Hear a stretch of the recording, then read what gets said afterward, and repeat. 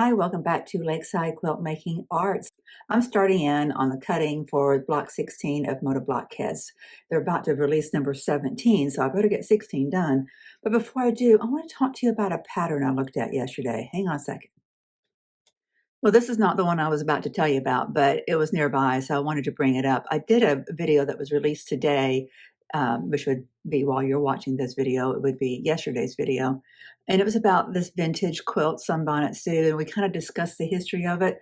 But I was really asking, for creativity, some thoughts about how to repurpose this, how to safely clean it. I really need Mary Kerr to come and knock on my door. So if you don't know who she is, go and check out the Quilt Show's video from yesterday. Their interview with her was fabulous. Let me get that pattern I was going to show you. I promise you we're going to get to that quilt pattern. But as I was trying to find it in the book that I was gifted from my son-in-law's family, because it was a book that belonged to his grandmother, I found something that I just think is wonderful. Look at that handwriting, number one. How beautiful is that? And we don't teach that to our children anymore. As long as they can type on a phone or type on a laptop, they're good to go. Oh my goodness. Isn't that beautiful? Now, I don't know when this woman did this. I've never met her. I think she passed away soon after my daughter and son-in-law were married. I think she and I would have been good friends. She didn't live in the same state, so that would have hindered things. But there's a lot to respect here. Listen to this. Wash, dry, and iron all. So the very top says quilting, right? Wash, dry, and iron all fabrics before cutting. Before washing, snip a 1/4-inch triangle off each corner. Helps prevent raveling. I had no idea. Then she's got this lovely little drawing of the bias and the lengthwise. I don't know if she didn't know this or if she's leaving her own personal notes for someone else to find and to enjoy. I just love it. So lengthwise grain, least give, crosswise grain, little more stretch. Most strips are cut on crosswise grain, long strips for sashing, and borders are on lengthwise. True bias is at 45-degree angle to selvages. Square up edges, fold and press. I mean, it's so detailed and beautifully written. And then there's information in the next page. I don't want to, I know it's nothing like watching somebody read. So I don't want to do that to you, but there's 1, 2, 3, 4, 5 pages here. And, she's got a diagram for a layout, nice and neatly done. I mean, this was a thoughtful and skilled woman. Okay, if you can read this. So here, she's showing her quilting lines. She's got everything thought out. She's being very methodical, very neat about it. I just love that. I love it so very much. Look at that.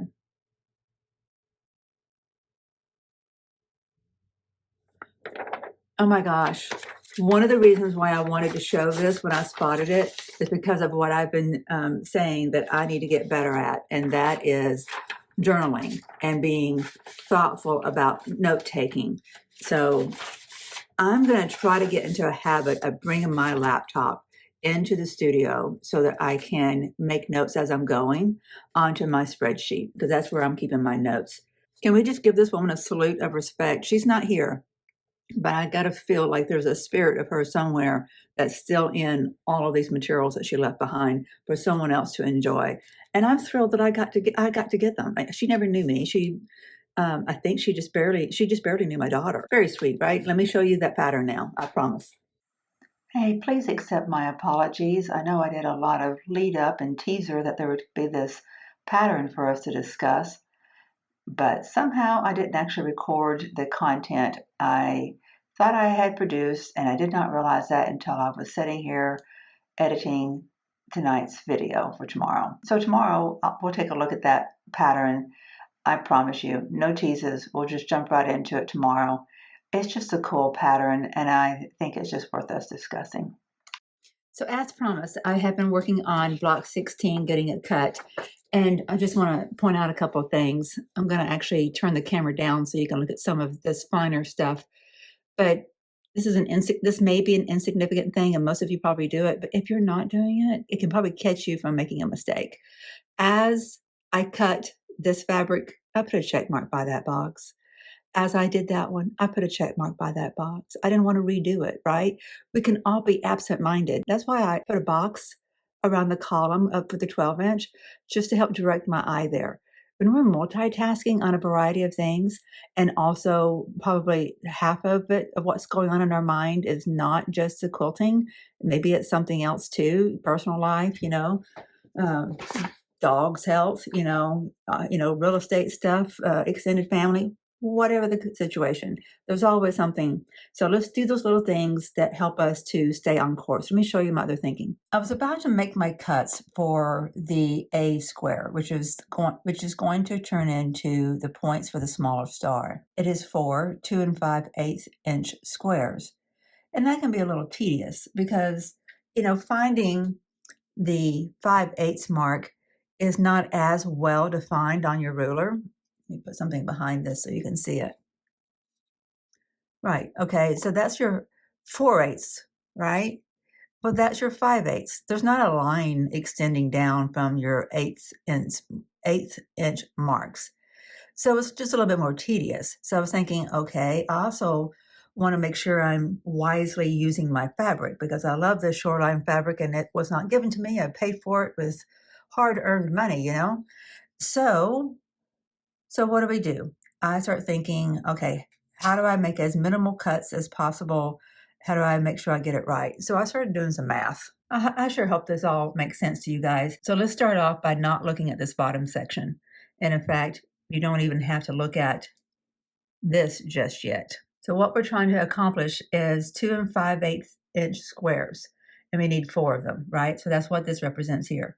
So I'm multiplying that. If I need 4 of those, how big of a rectangle is that? And that's what this says right here. This is just saying the math that goes along with this label of rectangle is for creating a rectangle that I then subcut horizontally 3 ways to create 4 different 2 5/8 inch squares. I just feel like it's going to be the minimal amount of measurements, and it's going to help keep me from making mistakes. So I got to do some math. So 4 times 2 is 8.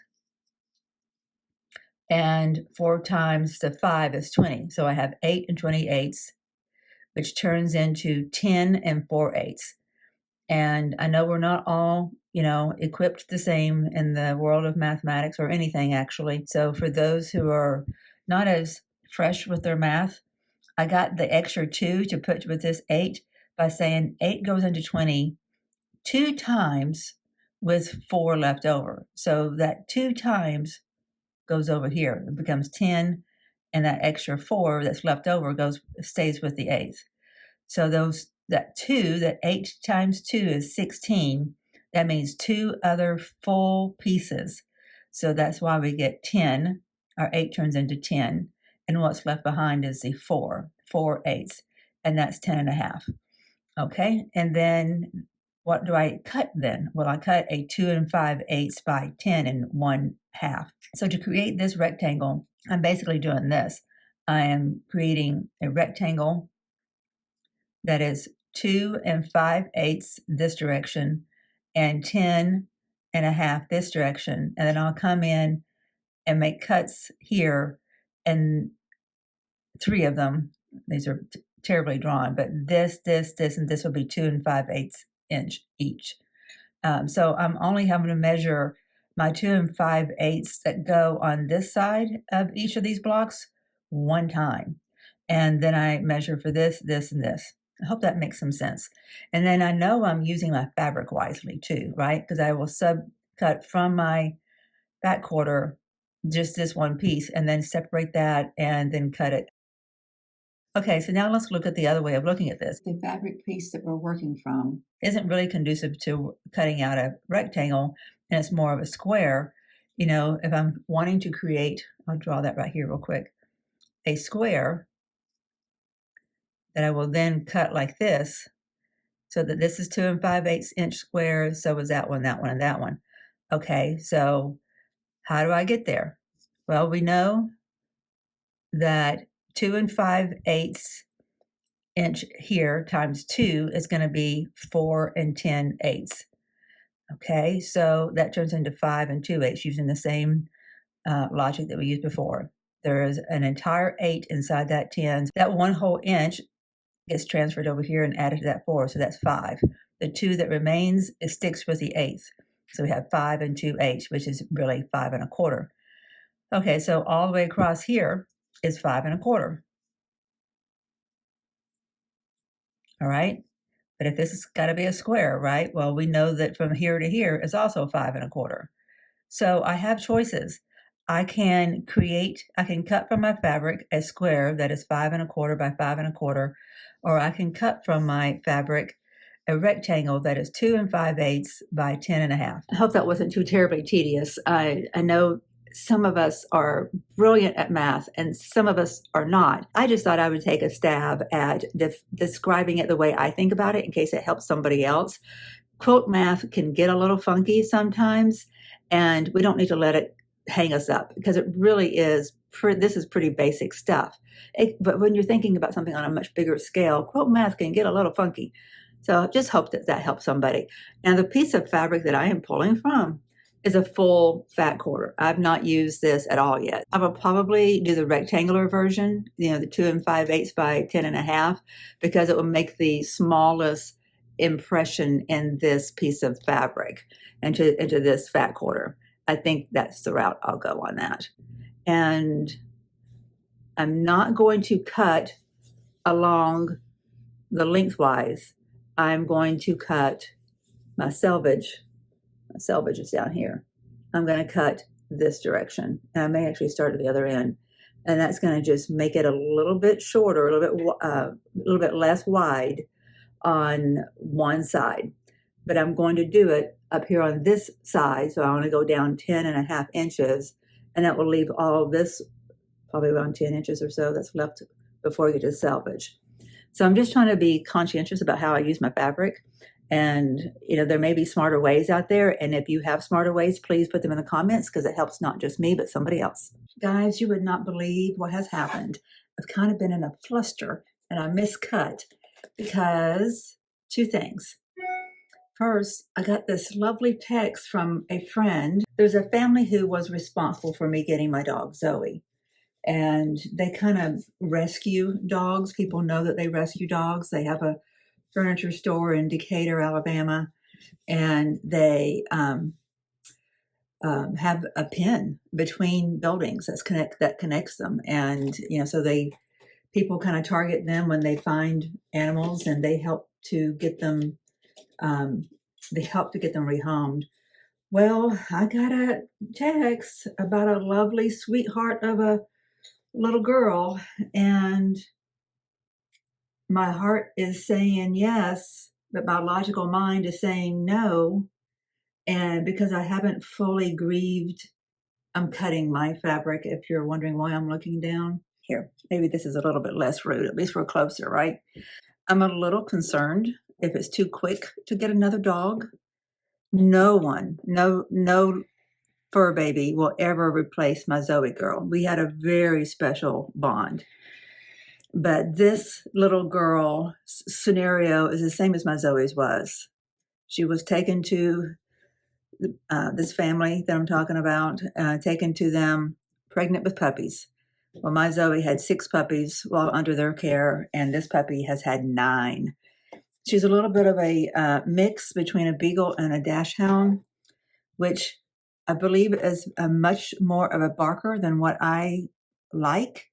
I am cutting the green striped fabrics, and then I think nope, I'm not done. I still have my shoreline background fabric to cut, and that's the other thing we've got to talk about. So, and I've already cut this green fabric, this striped green fabric from the men's shirts. I've cut that once already, and then I shaved an 1/8 of an inch off because I got flustered thinking about that dog. Guys, she is cute. I'll show you a picture of her. I was really thinking that I need a dog because my house is too quiet, like it's uncomfortably quiet. So it's always good to have a dog for protection. It's always good to have a dog for companionship. And it's good to have, see, This is my second one. I got 2 more to do. I decided not to cut in the large section like I was trying initially because I didn't really waste a whole bunch of fabric, but I don't trust myself right now, so I'm just going to do it nice and simple. Just do 1 square at a time. And then if I screw up, I've screwed up 1. So no one, no one's going to replace my Zoe girl. Like I said, we had a special bond. But this little girl's story is very similar. She's got a sweet, adorable face, and she's just smaller than I was thinking. I was thinking a mid-sized dog, maybe even a large dog. I need one that, kind of wants to lay around a little bit because I can't do long walks. But I do want to do some walks now that I can walk again. I want to be able to do some walks. This one's small enough that if something happens and I need to just pick it up, I can pick it up. And that's good too, right? So I sent a picture to my son and my daughter, and they both are like, yes, they think it's a great idea. I've just always been around fluffy dogs, and this is not a fluffy dog, but it's supposedly very sweet and cuddly. And I've also not been around a dog that wanted to sit in my lap. Zoe just never wanted to sit in my lap. And I was okay with that. Number 3, I was okay with that because I don't like my furniture being turned into a dog bed. 4th one coming up. Almost got it. 4 these. Let me show you something. That's the other surprising thing that happened. Okay, do you see this lovely mix that I've got on the ironing mat here? And like I told you guys, I was going to bring my laptop over. There it is. You can tell how dirty it is. I'm going to keep it in the studio now so I can keep my documents updated. Those are all pretty, aren't they? That all blends lovely. So this is going to be the center of our small star. These are the points of our small star. This breaks up our small star from the bigger star. And of course, the stripe is our points of our bigger star. And we have 4 of those squares. So you see that insertion of the green? That was not discussed in our video yesterday, was it? Well, turns out I don't have enough of the shoreline background fabric in the blue version. Of the blue version, I don't have a big enough piece to cut a 7.5-inch square. What I do have left, I don't want to put all in one block. I need to stretch that out. So I'm thinking about using that green, and I can really easily rationalize how it would work. Look at that. We've got what I've been trying to achieve, right? We've got the marbleized effect. There is nothing to say that we can't marbleize with the green too. So you can see that if we had green mixed in as some of the background fabric, it may actually help me achieve my marbleized effect that I'm trying to create. I'm going to risk it with this block. I'm only inserting it in one of the background sections, right? Because the original plan was to have the men's shirts background and the shoreline background fabric. We're just switching out the shoreline background fabric for the green version. So it's not like it's going to be overwhelming to the overall quilt. And so even if we insert it and we don't really love it, it's not such a grievous error that we can't overcome it, I don't think. And if it is, it becomes a pillow or whatever, but I think we're going to like it just fine. And I think it's going to do exactly what we wanted it to do by putting the green with that green stripe, which again looks really blue whenever you put that yellow green in there. By doing that in one block is going to help make the 2 different versions of green to make sense inside the quilt, I think. And then once we start using that as a background fabric, it might be easier to use more of the green. Okay, so that means all I've got left to do is to cut this into our F piece, which is a 7.5-inch square. So I'm going to do that. And then I think I might be calling this day done. Like I said, I got kind of flustered thinking about that dog and about all the ramifications if I fall in love with it. I'm going to go see it Friday, go visit with it and see if I love it as much in person. It is a Beagle Dachshund mix.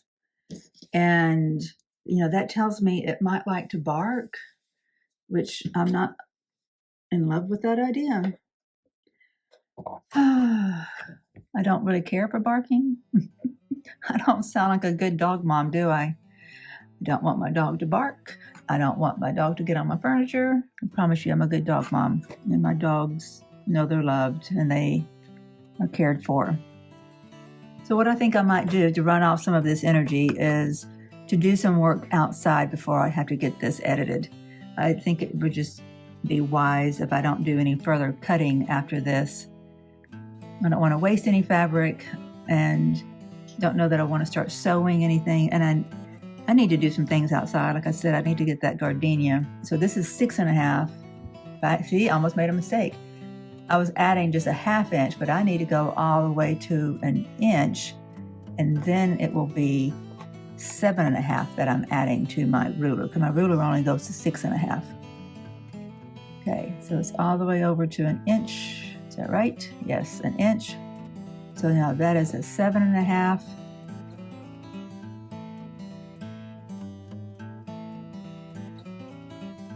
Okay, alrighty. 7.5 by 7.5 by 7.5. We're good. Everything's good. And it's supposed to be, right, 7.5.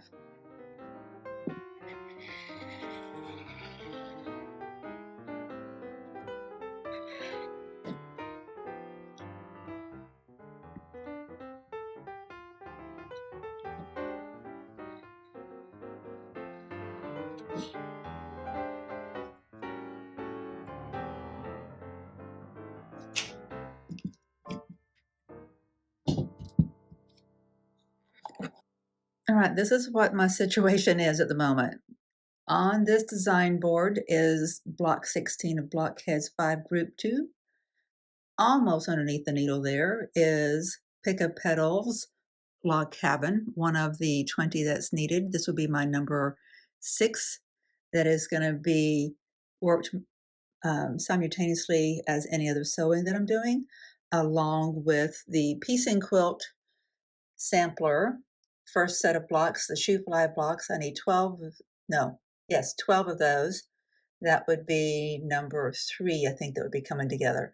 So I will work all of these together at one time so that as something is pieced, I push it off the back with another project. I will be working with a blue thread, so as long as my blue thread works okay with the Blockheads fabrics, and it's probably going to be fine. I use such a small stitching length that you don't get a lot of gap in the seam to show the stitching thread. This is it, my friends. Set up for success. I intentionally put on just a t-shirt today so that I could go outside and get dirty, and I've let too much of the day pass. So I am going to stop now. I'm not going to do any sewing. We'll leave that for tomorrow's video. So I'm going to take my t-shirt and myself out into the sunshine and work on getting one of those gardenias in the ground. I've got some things in my car I need to empty out that's left over from the duplex. Just stuff to be active and, productive outside in the beautiful spring air while we still have it. It gets hot quickly here in Alabama, so I need to take advantage while I can. I appreciate you guys being on this journey with me. I hope your stitching is going along beautifully. We'll see you tomorrow. Bye-bye.